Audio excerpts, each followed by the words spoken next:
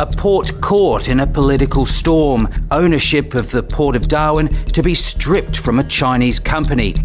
We will enter into negotiations to do that.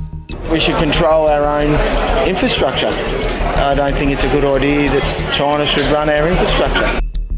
Just weeks into Anthony Albanese's second term, yet another geopolitical tussle is escalating, involving Australia, its biggest trading partner China, and its biggest defence ally, the United States. And this time, it's all about the Port of Darwin. Hello, I'm Rebecca Jones, and welcome to the Bloomberg Australia podcast. The Australian government back in 2015 awarded the Chinese company Landbridge a 99-year lease over the Port of Darwin. Now, ahead of the election in 2025, both sides of politics have pledged to bring that lease back into Australian hands. So now the time has come for action, and Beijing is not happy. To help me unpack this issue, I'm joined this week by Bloomberg's government reporter Ben Westcott, who recently returned from a trip to Darwin to investigate this very issue. I'm also delighted to welcome Chelsea Mes to the podcast. Now, Chelsea is based in Bloomberg's Sydney newsroom, but her job is very much like a silent disco. Her body is in one place, her head is in another. Chelsea is a senior editor on the Washington DC breaking news team and is responsible for tracking Donald Trump while our US colleagues sleep. Chelsea, welcome. Great to be here. Ben, let me start with you for the Australia-China take on things. Can you set the scene for us? How exactly did a Chinese company end up with the lease over the Port of Darwin, and why now is the government trying to override it? So it all goes back to the early 2010s back, and there was a real era back then of privatisation and neoliberal policy making. And the general thought was that if something could be done, it would be done best by a private company. And that's why local governments across Australia were encouraged by the then centre-right coalition to sell off their public assets to make money to basically put into the vital services that Australians needed. Now, the Port of Darwin was one such facility that was sold off, that in this case by the Northern Territory government, and that was then signed in a contract to Landbridge, a Chinese company which leased it for 99 years at a cost of about 500 million Australian dollars. Now, the decision was controversial even back then. It was considered a poor decision by the centre-left Labor Party, who are now in government, and by then President Barack Obama, who was pretty critical of it in discussions with then Prime Minister Malcolm Turnbull, telling him maybe you should just tell us next time we are going to do something about it, something like this. According to Obama, he heard about it from the New York Times. So cut forward to the 2020s, and despite multiple reviews, there was no decision to take the port away from Landbridge until there were some reports towards the end of 2024 that the company itself might be in some financial trouble back in China. That led to discussions between Albanese's government, the Northern Territory government, and Landbridge over how potentially Albanese might end up taking that away from Landbridge and moving it into Australian hands. That culminated at the last election with a decision by both Albanese and the centre-right coalition that no matter who won, that port would be going back into Australian hands. So now, having won a big mandate in May, Albanese has to deliver. And as you might expect, China has been quite vocal in its opposition to this. The Chinese ambassador to Australia just this week saying it was ethically questionable for the government to try and take the lease back. Ben, if Landbridge doesn't want to sell, how does Albanese propose taking it back? Are there provisions in the original contract that would force it to sell it back? So we don't know what was in the original lease. However, if you talk to the government, they are reasonably confident that there is something in that contract that they can say Landbridge has not fulfilled a break of the lease that it could then use to go ahead and take that away from the company if necessary. Now, there's a few problems with that. One is there may be compensation that the government will be forced to pay out of taxpayer pockets. No one really wants that.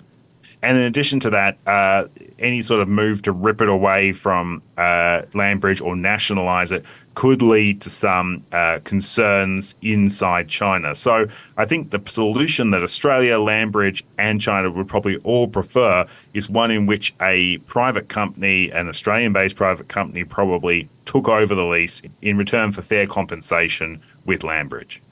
We've, of course, had reports this week of a US private equity firm that has some links of sorts to the Trump administration showing interest in buying that lease, which, kind of runs counter to the plan for Australia to bring the lease back into Australian hands, as you've just mentioned.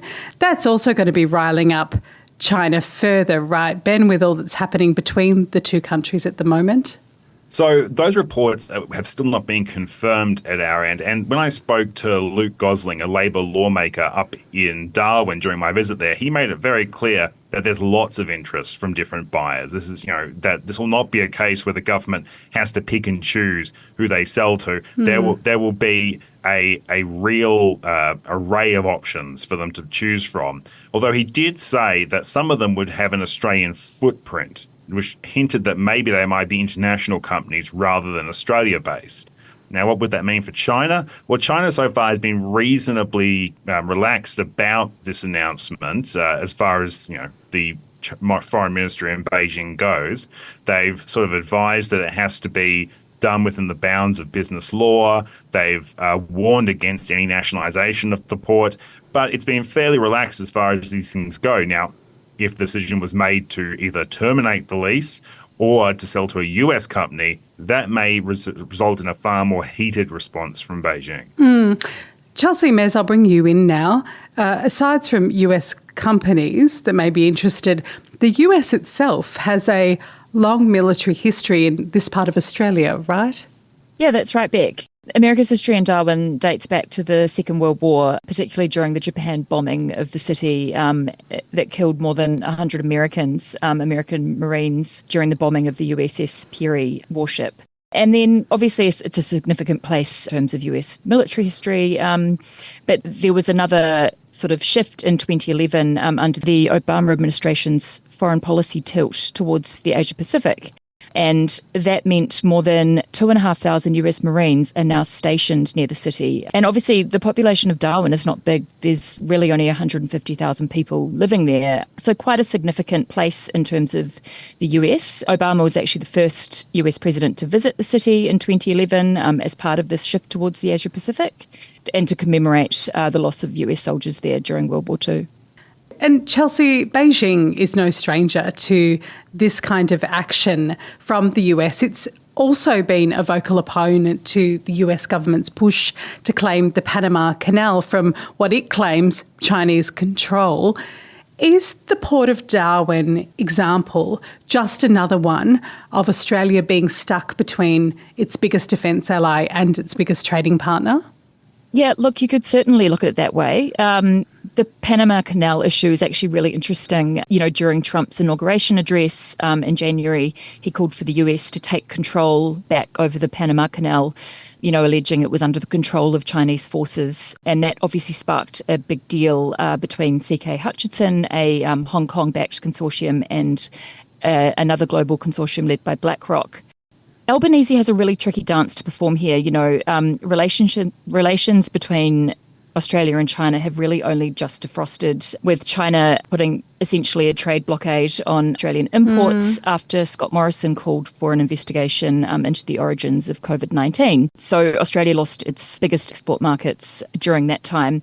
But on the other hand, as Trump has upended the global trade order with the impositions of reciprocal tariffs, he famously singled out Australian beef imports for special mention as he unveiled these tariffs basically against every US trading partner.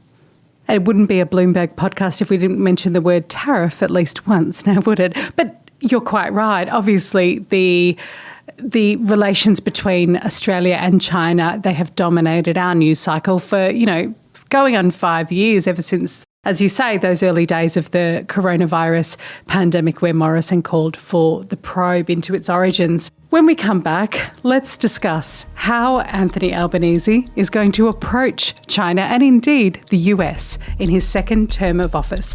You're listening to the Bloomberg Australia podcast.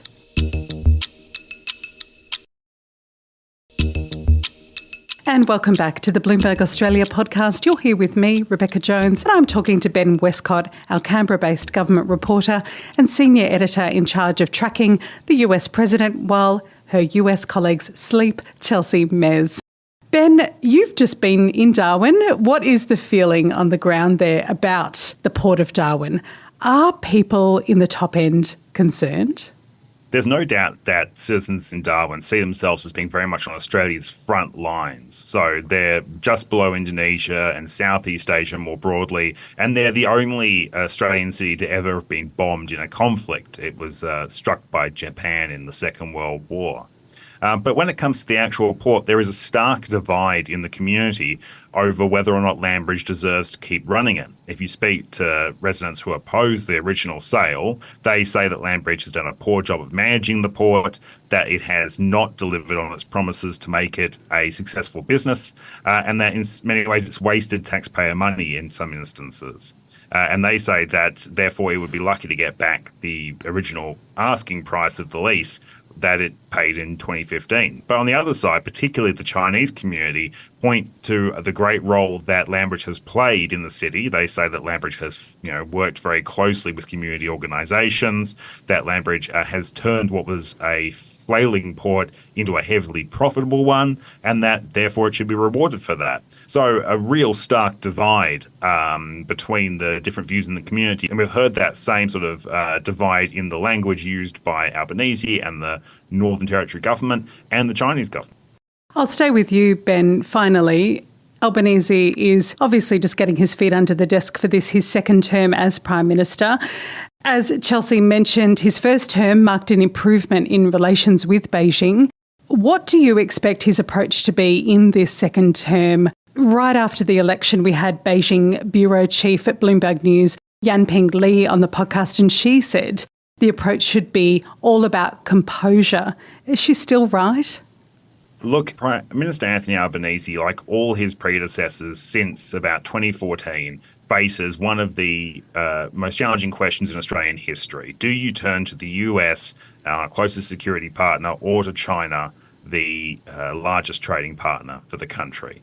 Currently, Albanese faces a stabilised situation with China where relations are not worsening, but where you see some of the most intense aggression from the Chinese military that Australia has faced in a very long time, including the live-fire exercises off the east coast in February. At the same time, there is growing pressure from the Trump administration for Australia to take more action on China and join in the US's sort of trade war against Beijing. However, the way things stand at the moment, probably a status quo would be the best thing that Albanese can probably hope for. There's not going to be many chances to move closer to China over the next 3 years, and there are many, many opportunities for things to fall apart. So I think Albanese will just be focusing on balancing the plates that he's balanced for the past 3 years, all while Donald Trump and Xi Jinping try and take potshots at each other through the middle. Chelsea Mes, same question to you. How does Anthony Albanese manage this delicate dance with a world leader like Donald Trump, who could very well look to leverage the mission of this second-term Australian Labor government to his own advantage? Yeah, look, Albanese is dealing with what every world leader is trying to get their heads around with in Trump's second term. He's an incredibly mercurial president. And I think what we've seen so far is world leaders trying to get in Trump's good graces. And if this deal, as it's been reported, could potentially fall into an American company, I don't think that's something that would be seen as a bad thing for Anthony Albanese and the relationship that Canberra has with Washington. It's certainly a delicate dance, isn't it? And we'll be following along that story, and you can too on Bloomberg.com. Ben Westcott, Chelsea Mes, thank you for joining me. Thank you for having me. Thanks for having me. And thank you for listening to the Bloomberg Australia podcast. I'm Rebecca Jones. This episode was recorded on the traditional lands of the Wurundjeri, Gadigal and Ngunnawal people. It was produced by Paul Allen and edited by Ainsley Chandler. Don't forget to follow and review the show wherever you get your podcasts and sign up for Bloomberg's free daily newsletter, Australia Briefing. Go to bloomberg.com to subscribe.